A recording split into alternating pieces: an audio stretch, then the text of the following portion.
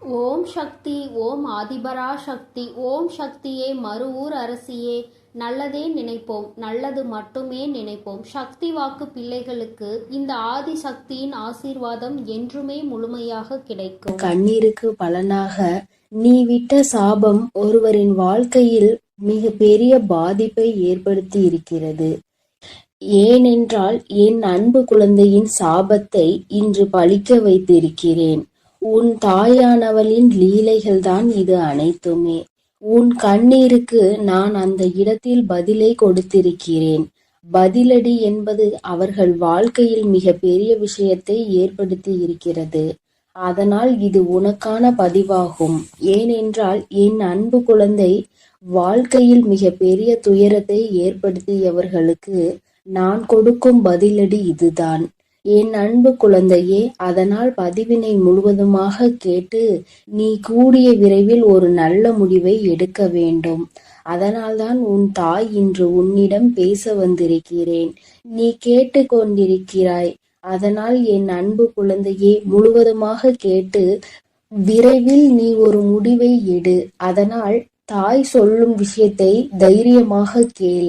என் அன்பு குழந்தையே, உன் வாழ்க்கையில் நான் அதை செய்து விடுவேன், இதை செய்து விடுவேன். உன் வாழ்க்கையில் மாற்றத்தை கொடுப்பேன், மங்களத்தை கொடுப்பேன். உன் வாழ்க்கையில் கண்ணீரையே நீ பார்க்க மாட்டாய் என்று பல அன்பான பொய்யான வார்த்தைகளை சில உறவுகள் நம்பிக்கையான விஷயத்தை செய்தது போல் பொய்யாக உன்னிடம் நாடகம் ஆடியது. அந்த நாடகத்தை என் அன்பு குழந்தைக்கு முழுமையாக நம்பி வாழ்க்கையை தொலைத்துவிட்டு இறுதியாக நிர்கதியாக நின்று கொண்டிருக்கிறது. ஆனால் என் அன்பு குழந்தையே, இது எல்லாம் ஒரு நாள் தெரிய வரும் தருணத்தில் என் அன்பு குழந்தை பால்வா நகரமா என்ற ஒரு வாழ்க்கையை வாழ்ந்து கொண்டிருக்கிறது. அன்று அந்த நபருக்கு சாபம் விட்டது என் அன்பு குழந்தை. என்னை இப்படி பொய் சொல்லி ஏமாற்றினாயே, இப்படி என்னை துரோகம் செய்தாயே, அனைத்திற்கும் காலமும் என் அம்மாவும் பதில் கொடுப்பார்கள். அந்த பதிலை நான் கண்குளிர பார்ப்பேன் என்று என் அன்பு குழந்தை அன்று மண்ணை தூற்றி சாபம் விட்டது.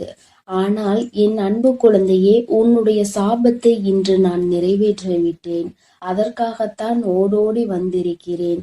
என்ன தெரியுமா, அவர்கள் வாழ்க்கையில் மிக பெரிய ஆபத்தை உண்டாக்கி இருக்கிறேன். ஏனென்றால் உன் வாழ்க்கையில் அத்தனை பொய்களையும் சொல்லி உனக்கு துரோகங்களை செய்து செய்யாத தவறை நீதான் செய்தாய் என்று எப்படி உன்னை விரட்டி அடிக்க வேண்டும் என்று தேவையில்லாத வீண் பழியை உன் மீது சுமத்தி அவர்கள் வாழ்க்கையில் சந்தோஷமாக வாழ்ந்து விடலாம் என்று உன்னுடைய சந்தோஷத்தை கெடுத்தார்கள் அல்லவா? அவர்களுடைய சுயநலத்திற்காக உன்னை பயன்படுத்தி கொண்டார்கள். அதற்கெல்லாம் பதிலடி கொடுக்க வேண்டாமா? உன்னுடைய கண்ணீரானது, உன்னுடைய அன்பானது உண்மை. அதனால்தான் இன்று இவ்வளவு கஷ்டங்களையும் கவலைகளையும் வாழ்க்கையில் நீ சுமந்து வருகிறாய். ஆனால் அவர்கள் வாழ்க்கையில் சுயநலத்திற்காக உன்னிடம் பழகி, சுயநலத்திற்காக அனைத்து விஷயத்தையும் உன்னிடம் இருந்து எடுத்துக்கொண்டு சந்தோஷமாக வாழ்ந்து விடலாம் என்று நினைத்தால் கண்டிப்பாக நடக்குமா? மனிதர்களின் வாழ்வில் சாதாரணமாகவே எப்பொழுதும் கர்மாவின் பாதிப்புகள் அதிகமாக இருக்கும். ஆனால் என் பிள்ளைகளை எவராவது ஏமாற்ற நினைத்தாலோ, எவராவது துரோகம் செய்ய நினைத்தாலோ கண்டிப்பாக கர்மவினை ஒரு பக்கம் தண்டிக்க, உன் தாயானவள் ஒரு பக்கம் அவர்களை தண்டித்தே தீருவேன். அவர்கள் வாழ்க்கையில் தண்டனையை கொடுப்பேன். இது என் அன்பு குழந்தையின் கண் முன்னாலே நடக்கும். இப்பொழுது 2 நாட்களில் அந்த செய்தியானது உன் செவிகளுக்கு எட்டும். ஏனென்றால் உன் உறவானது, நீ நேசித்தாய் அல்லவா? உன்னை ஏமாற்றிய உறவுக்கு மிக பெரிய தண்டனையை உன் தாயானவள் அளித்திருக்கிறேன். என்ன தெரியுமா? கேட்டால் நீயே அதிர்ந்து போவாய். ஆனால் இன்னும் 2 நாட்களில் அந்த செய்தி உன் செவிகளுக்கு எட்டப் போகிறது. இருந்தாலும் இப்பொழுது ஒரு சிறு விஷயத்தை சொல்கிறேன். அந்த விபத்தை நான் தான் ஏற்படுத்தினேன். வாழ்க்கையில் நரகம் என்றால் என்ன என்று இப்பொழுது அவர்கள் அனுபவிப்பார்கள். எப்படி என் அன்பு குழந்தையிடம் ஆணவமாக பேசினார்களோ அதற்கெல்லாம் அவர்கள் அனுபவிக்க வேண்டுமல்லவா? ஒவ்வொரு தருணத்திலும் என்னுடைய அன்பு குழந்தையின் கண்ணீரையும் கவலையையும் துன்பத்தையும் துயரத்தையும் அதிகரித்துவிட்டு நாம் சந்தோஷமாக வாழ்ந்துவிடலாம் என்று நினைத்தால் வாழ்ந்துவிட முடியுமா? வாழத்தான் உன் தாயானவள் விட்டு விடுவேனா? நீ தைரியமாக இரு என் அன்பு பிள்ளையே. உண்மையானது சிறிது காலம் எடுத்துதான் ஜெயிக்கும். ஆசையும் உண்மையும் இருக்கும் இடத்தில் உண்மைதான் எப்பொழுதுமே ஜெயிக்கும். உன்னுடைய அன்பானது அவர்களுக்கு தகுதியே கிடையாது. ஆனால் இப்பொழுது நீ சரியான முடிவை எடுக்க வேண்டும். ஏனென்றால் சில ஜென்மங்கள் வாழ்க்கையில் திருந்தாது. ஆனால் என் அன்பு குழந்தைக்கு நல்ல எதிர்காலம் இருக்கிறது. அவர்கள் இனிமேல் உனக்கு வேண்டாம் என்றால் உன் சாபத்தை பெற்றவர்கள் அவர்கள் உன் வாழ்க்கையில் அவர்கள் இனிமேல் சந்தோஷமாக உன்னை வாழ வைப்பார்கள் என்று நினைத்து கொண்டிருக்காதே. சில நேரங்களில் ஏமாற்றும் மனிதர்களும் துரோகம் செய்யும் மனிதர்களும் கண்டிப்பாக சில குணத்தையும் வளத்தையும் மாற்றிக்கொள்ளலாம். ஆனால் அவர்களோ மிகவும் சுயநலம் நிறைந்த மனிதர்களாக மாறிவிட்டார்கள். காலத்திற்கு ஏற்ப மனிதர்களுக்கு ஏற்ப பச்சோந்திகள் எப்படி மாறுகிறதோ அதேபோல் இவர்களும் நிறத்தையும் குணத்தையும் மனத்தையும் மாற்றிக்கொண்டே இருக்கிறார்கள். இந்த மாற்றமானது என்ன சொல்லி புரிய வைத்தாலும் என்ன சொல்லி திருத்தினாலும் அது திருந்தாது. ஏனென்றால் அவர்கள் பிறவியிலேயே இப்படித்தான் வாழ்ந்து கொண்டு வந்துவிட்டார்கள். 5இல் வளையாதது 50இல் வளையுமா? நிச்சயம் கிடையாது. எப்படி நம் வாழ்க்கை எந்த சூழ்நிலையில் நம்மளை எப்படி மாற்றுகிறதோ சில குணத்தை நாம் அதை மாற்றி விடலாம். ஆனால் பிறவியிலேயே இருந்த குணத்தை எப்பொழுதுமே மாற்ற முடியாது. ஆனால் உனக்காக உன்னுடைய எதிர்காலத்தை நான் சிந்தித்து வைத்து விட்டேன். கூடிய விரைவில் அந்த ஒரு நல்ல காரியத்தை உன் வாழ்க்கையில் நடத்த போகிறேன். இதை கேட்டு நீ அழக்கூடாது, தைரியமாக இருக்க வேண்டும். ஏனென்றால் இந்த கஷ்டமான தருணத்தில் கூட உன் தாயானவள் உன்னுடன் இருந்து உனக்கு உதவி செய்து கொண்டுதான் இருக்கிறேன். இந்த உலகத்தில் உனக்கு உதவுவதற்கு எவரும் இல்லை, எனக்கு உறுதுணை இல்லை, யாரும் இல்லை என்று மனம் வருந்தி விடாதே.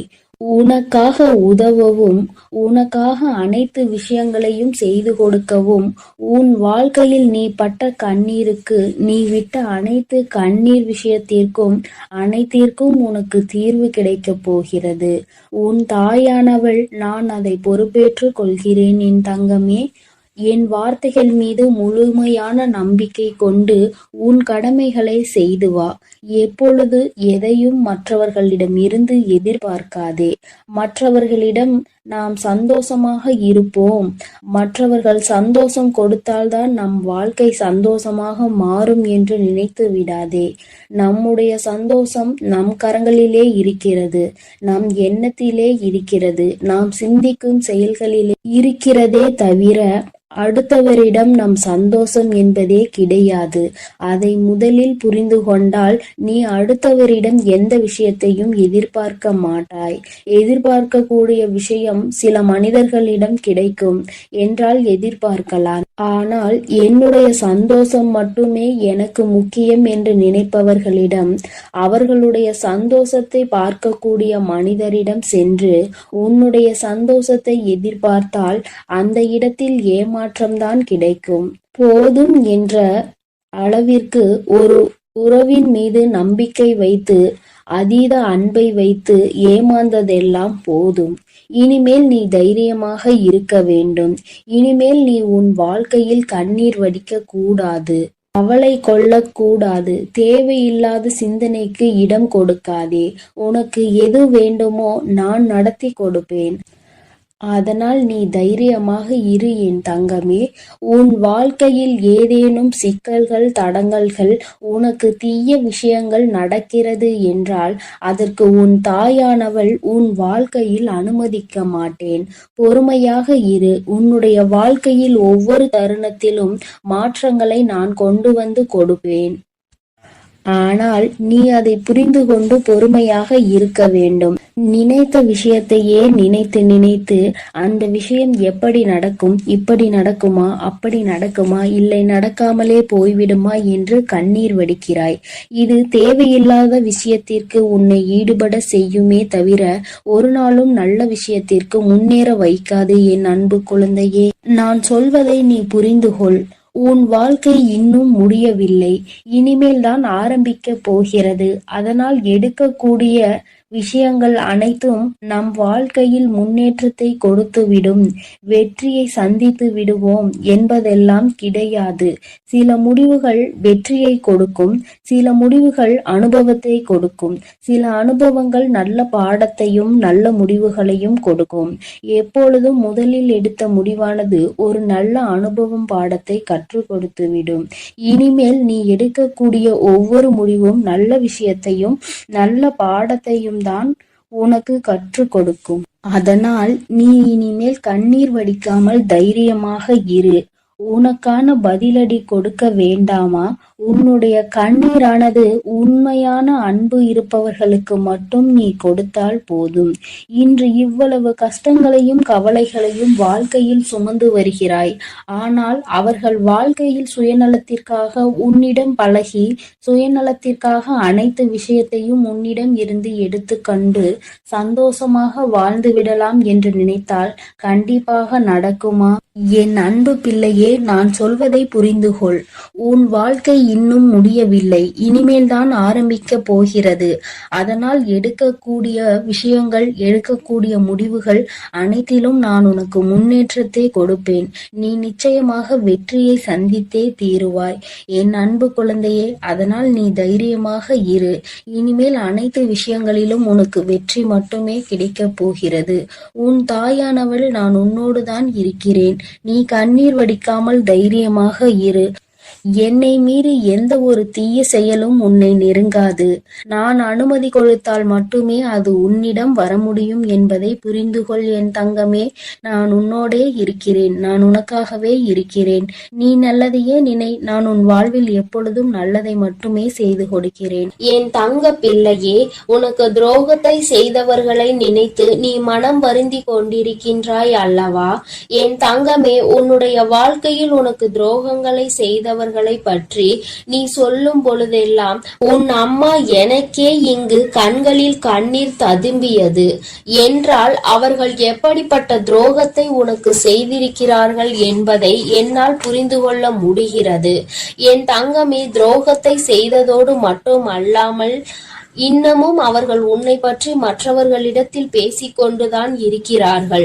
நீதான் எந்த பிரச்சனையும் வேண்டாம் என்று ஒதுங்கி நின்று கொண்டிருக்கின்றாயே தவிர அவர்கள் இன்னமும் ஒருவரிடத்தில் உன்னை பற்றிய வதந்திகளை பரப்பிக் கொண்டுதான் இருக்கின்றார்கள் என்பதுதான் நீ அறிந்திராத உண்மை. நீ என்ன நினைக்கின்றாய் தெரியுமா? நாம் எப்படி இருக்கின்றோமோ அது போலதான் அவர்கள் இருந்து கொண்டிருக்கிறார்கள் என்று நீ நினைத்து கொண்டிருக்கின்றாய். ஆனால் உண்மை என்னவென்றால் அவர்கள் மட்டும் அல்ல, அவர்கள் உடன் பிறந்தவர்களும் இந்த வேலையை தான் செய்து கொண்டிருக்கின்றார்கள். மற்றவர்களிடத்தில் சென்று தேவையில்லாத விஷயங்களை பற்றி பேசிக்கொண்டு தேவையில்லாத விஷயங்களில் தலையிட்டு கொண்டும் இருக்கிறார்கள். என் தங்கமே, இந்த துரோகங்களை செய்தவர்களுக்கு தெய்வம் என்ன தண்டனை கொடுக்க போகிறது என்று நீ அதை எதிர்நோக்கி நின்று கொண்டிருக்கின்றாய் அல்லவா? தெய்வம் இவர்களை இப்படியே விட்டு விடுமோ என்று கூட என் குழந்தை மனதில் சந்தேகம் வந்துவிட்டது அல்லவா? என் தங்கமே, உன்னுடைய சந்தேகங்களுக்கு எல்லாம் பதில் தர வேண்டிய கட்டாயம் இப்பொழுது வந்துவிட்டது. உன் அம்மா அதற்கு முன்பாக அவர்களுக்கு தண்டனை கிடைத்து விட்டது என்ற சந்தோஷமான செய்தியை சொல்வதற்காக தான் இன்று உன் தாயானவள் ஓடோடி வந்திருக்கின்றாள். இந்த வராகி எப்பேற்பட்டவள் என்பது உனக்கு நன்கு அறிந்த விஷயம்தானே? உன்னுடைய தாயானவள் அத்தனை சுலபமாக யாரையும் மன்னித்து விட மாட்டாள் என்பதை என் பிள்ளை நீ நன்கு அறிந்த விஷயம்தானே? என் தங்கமே, உன்னுடைய வாழ்க்கையில் இத்தனை துரோகங்களையும் செய்துவிட்டு ஒன்றும் தெரியாதது போல இருந்து விட்டால் உன்னுடைய தாயானவள் நான் விட்டு விடுவேனா என்ன? ஆனால் அதற்கு முன்பாக உன் மீது என்னை விட அதிக அக்கறை கொண்ட உன்னுடைய குலதெய்வம் இதையெல்லாம் பார்த்து கொண்டு அப்படியே இருந்து விடுவார்களா என்ன?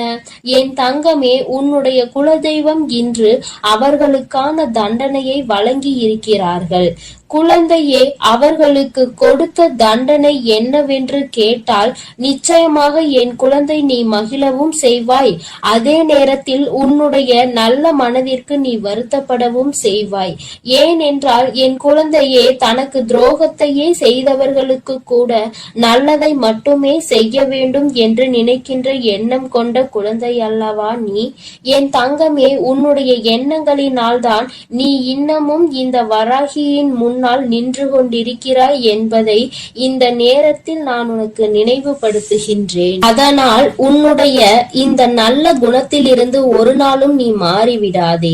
உன்னுடைய எண்ணங்கள் எப்பொழுதுமே உன்னை சுற்றி தெளிவாக இருக்க வேண்டும் என்பதை நீ புரிந்து கொள்ள வேண்டும். என் தங்கமே, ஒவ்வொரு நாளும் உன்னுடைய வாழ்க்கையில் நீ பட்ட அத்தனை அவமானங்களையும் உனக்கு தேடி கொடுத்தவர்களை இந்த தாயானவள் ஒரு கை பார்த்துவிடலாம் என்று புறப்பட்ட பொழுதுதான் நான் அங்கு நடந்த அனைத்தையும் தெரிந்து கொண்டேன். நான் தெரிந்து கொண்ட விஷயம் என்ன தெரியுமா? உன்னுடைய குலதெய்வம் அவர்களை சந்திக்க சென்றிருக்கிறார்கள் என்பதுதான். அவர்களினுடைய குடும்பத்தின் நிலையையும் நான் அப்பொழுதுதான் புரிந்து கொண்டேன். எல்லோருமே ஏதோ ஒரு வாழ்க்கையை வாழ்ந்து கொண்டிருக்கின்றார்களே தவிர யாருக்குமே மனதில் நிம்மதி இல்லை. அதற்கு காரணம் என்னவென்று நானும் ஆராய்ந்து பார்த்தேன். நாம் அல்லவா அவர்களுக்கு தண்டனையை கொடுக்க வேண்டும் என்று புறப்பட்டு வந்தோம். இங்கே வந்து பார்த்தால் அவர்கள் ஏற்கனவே தண்டனையை பெற்று வாழ்க்கையில் நல்ல நிலையில் இல்லாமல் வேதனைப்பட்டு கொண்டிருக்கிறார்களே என்று எனக்கு தோன்றியது.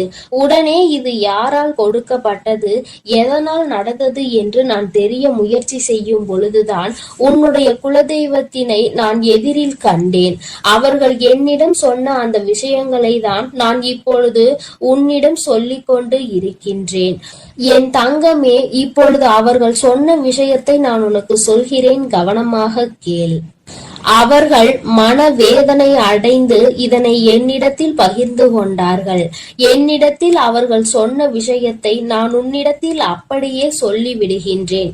இந்த வராகி ஒரு நாளும் தேவையில்லாத எந்த விஷயங்களையும் உன்னிடத்தில் சொல்ல மாட்டாள் என்று நம்பினால் மட்டும் என் பிள்ளையே, நீ இதனை முழுமையாக கேட்க வேண்டும். அப்பொழுதுதான் இந்த வார்த்தைகளினுடைய அர்த்தங்களும் உணர்வுகளும் உன்னை வந்து சேரும் என்பதை நீ மறந்து விடாதே. என் தங்கமே, உன் குலதெய்வம் என்னிடத்தில் சொன்ன வார்த்தைகள் என்ன தெரியுமா? அவர்கள் உனக்கு ஏற்பட்ட துரோகங்களை கண்டு கொண்டிருந்தார்களாம்.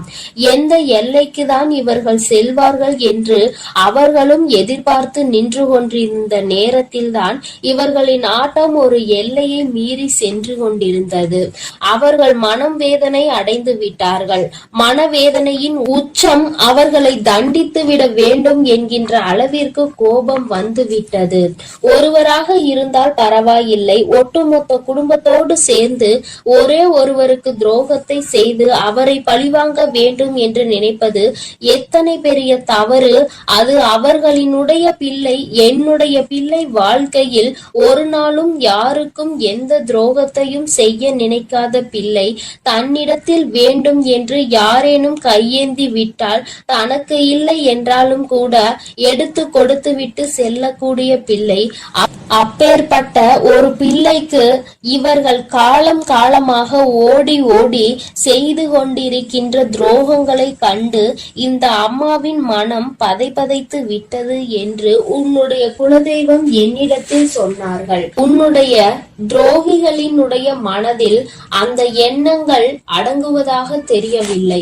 அதனால் உடனடியாக இவர்களுக்கு தண்டனையை கொடுத்துவிட வேண்டும் என்று முடிவு செய்து அவர்கள் கொடுத்த தண்டனை என்ன தெரியுமா?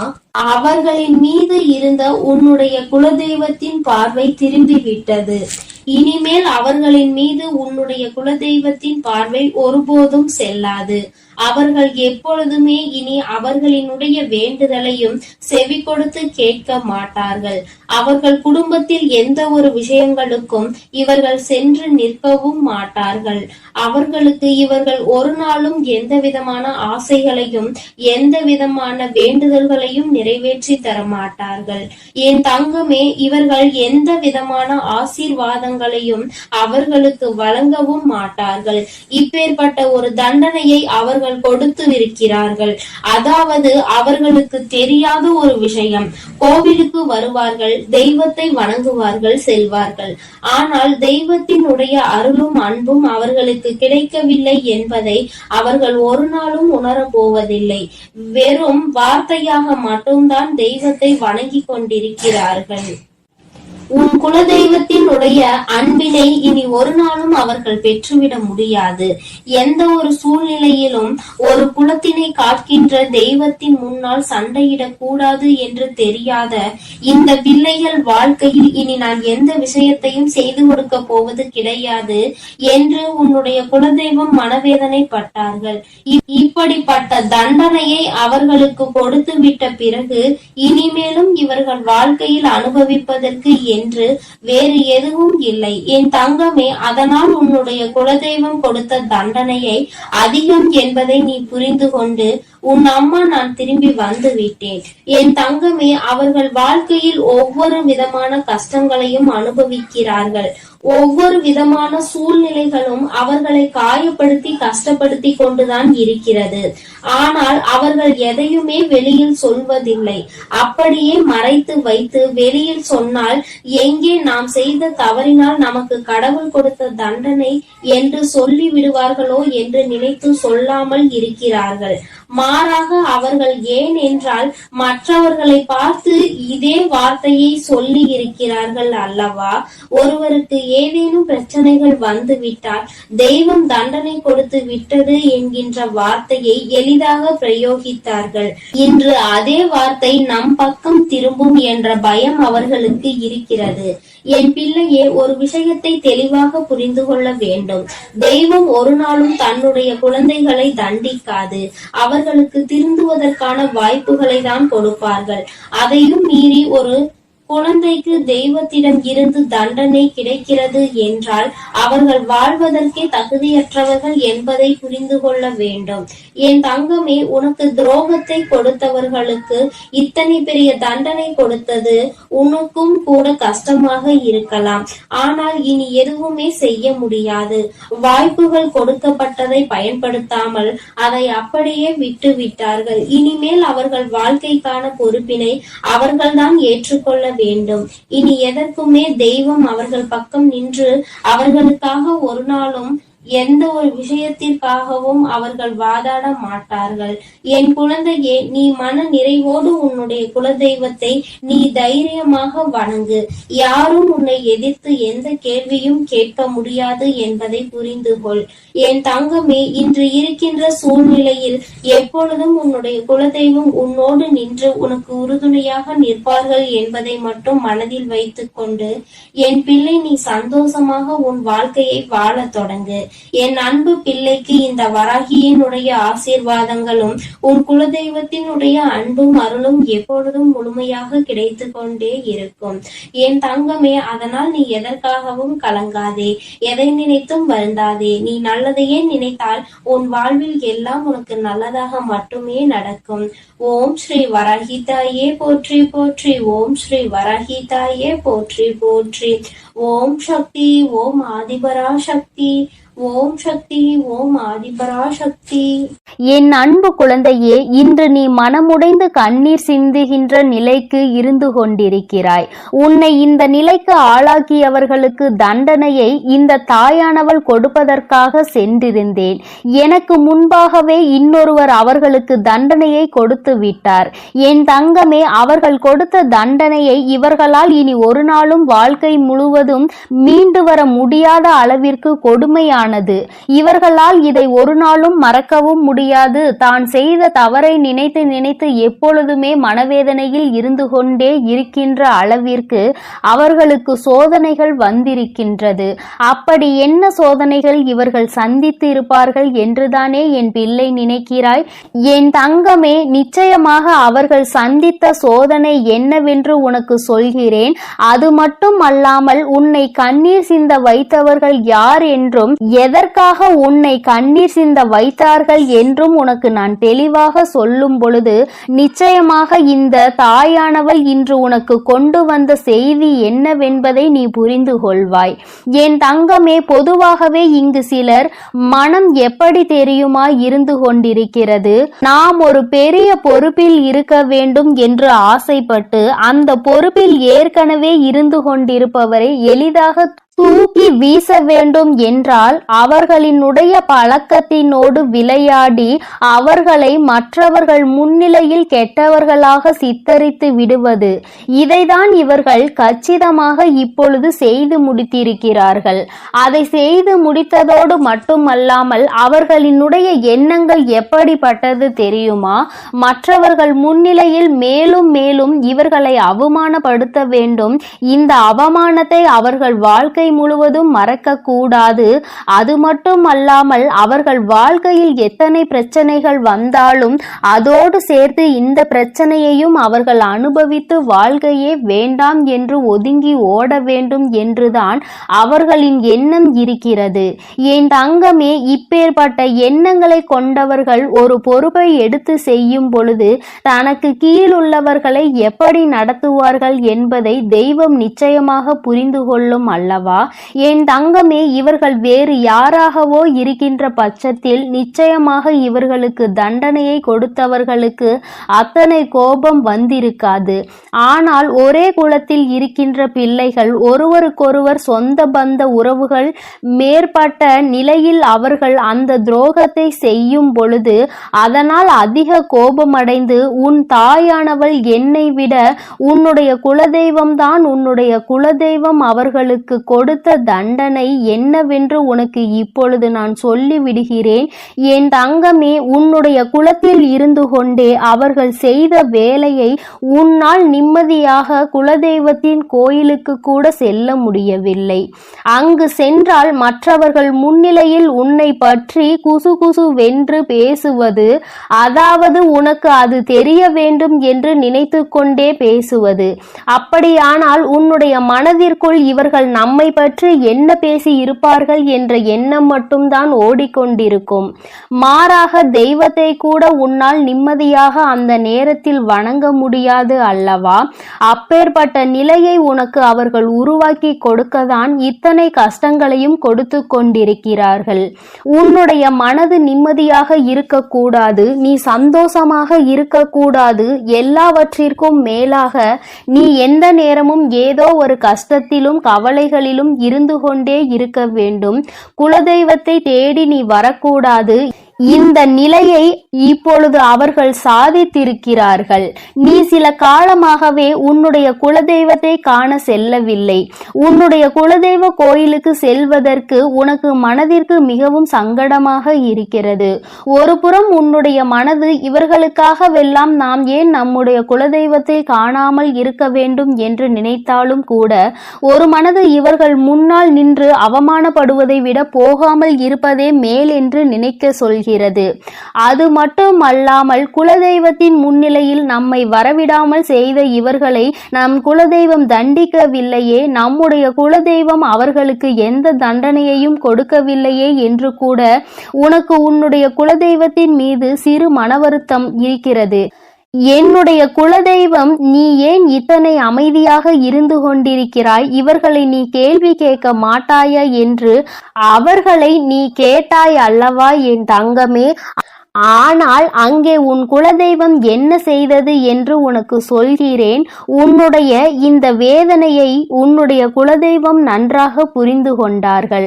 அவர்கள் உனக்கு இது போன்ற துரோகத்தை செய்து குலதெய்வத்திடம் இருந்து பிரிக்க நினைத்தவர்களுக்கு மிக பெரிய தண்டனை ஒன்றை கொடுத்திருக்கிறார்கள். நீ அந்த குலதெய்வத்திற்கு இத்தனை நாளும் செய்த விஷயங்கள் அவர்கள் உன்னை வாழ்நாள் முழுவதும் ஆசீர்வதிக்க காத்து கொண்டிருக்கிறார்கள். குலதெய்வத்தின் மீது அன்பு கொண்ட உன்னை அவர்கள் ஒருபோதும் கைவிட நினைத்தது கிடையாது. அதற்கு அவர்கள் செய்த காரியம் என்னவென்று தெரிந்து கொண்டால் நிச்சயமாக என் குழந்தை நீ மனதளவில் வியப்படைவாய். என் தங்கமே, உன்னுடைய வாழ்க்கையில் இது போன்று நடந்து கொள்வதற்கு துணிச்சல் ஒருவருக்கு இருக்கிறது என்றால் முதலில் அவர்களுக்கு குலதெய்வத்தின் மீது எந்த ஒரு பயமும் இல்லை. அவர்கள் குலதெய்வத்தை கற்சிலையாக நினைத்து விட்டார்கள். அல்லது தெய்வம் நாம் என்ன செய்தாலும் தலையாட்டும், நாம் என்ன சொன்னாலும் தலையாட்டும், நாம் தான் அவர்களுக்கு எல்லா பணிவிடைகளையும் செய்து கொண்டிருக்கிறோமே என்று நினைத்து விட்டார்கள் போல. எத்தனை பணிவிடைகளை விழுந்து விழுந்து செய்தாலும், எத்தனைதான் தெய்வத்திற்கு அள்ளி அள்ளி கொடுத்தாலும், அது போன்றவர்களுக்கு தெய்வம் ஒரு நாளும் எந்த விதமான ஆசிகளையும் வழங்காது. மாறாக உண்மையான அன்பும் உண்மையான பக்தியும் சுற்றி உள்ளவர்களின் மனதை வேதனைப்படுத்தாமல் இருப்பது, இது போன்றெல்லாம் யார் நடந்து கொள்கிறார்களோ அவர்களிடத்தில் மட்டும்தான் தெய்வம் அன்பாக இருக்கும் என்பதை புரிந்து கொள்ளவில்லை. அவர்கள் செய்த காரியத்தினால் இன்று உன் குலதெய்வம் நீ அடைந்த அத்தனை வேதனைகளையும் சேர்த்து வைத்து அவர்களுக்கு தண்டனையாக கொடுத்து விட்டார்கள். அவர்கள் கொடுத்த தண்டனை என்ன தெரியுமா? நீ என்னதான் எனக்கு எத்தனை காரியங்களை செய்தாலும் நான் ஒருபொழுதும் உனக்கு ஆசிகளை வழங்கப் போவது கிடையாது. நீ செய்த பாவம் உன்னை மட்டுமல்ல, உன்னுடைய சந்ததிகளையும் சேர்த்துதான் பாதிக்க போகிறது. என்னுடைய சன்னதியில் ஒருவருக்கு மிகப்பெரிய பிரச்சனைகளை என் அன்பு குழந்தைக்கு இந்த ஆதிபராசக்தியின் அன்பும் ஆசீர்வாதமும் முழுவதுமாக கிடைக்கும். ஓம் சக்தி, ஓம் ஆதிபராசக்தி.